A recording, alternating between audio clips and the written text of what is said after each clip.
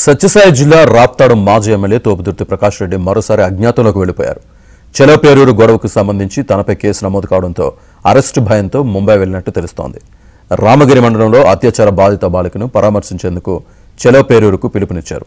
పోలీసులు అనుమతి నిరాకరించిన వైసీపీ శ్రేణులు ధిక్కరించి బల ప్రదర్శన చేశాయి. టీడీపీ విజయోత్సవ ర్యాలీపై వైసీపీ శ్రేణులు రాళ్లు రువ్వాయి.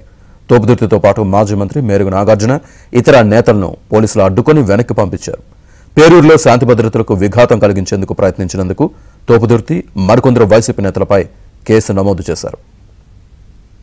ఈ కేసులో అనంతపురంలోని తోపుదుర్తి ఇంటికి వెళ్లి 41A నోటీస్ ఇచ్చారు. తమకు తెలియకుండా ఎక్కడికి వెళ్లరాదని, రామగిరి సర్కిల్ కార్యాలయంలో విచారణకు రావాలని సూచించారు. అయితే విచారణ పేరుతో అరెస్ట్ చేస్తారన్న అనుమానంతో తోపుదుర్తి హైదరాబాద్ బయలుదేరారు. విషయం తెలుసుకున్న చెన్నై కొత్తపల్లి, బత్తలపల్లి పోలీసులు తోపుదుర్తి వాహనాన్ని వెంబడించారు.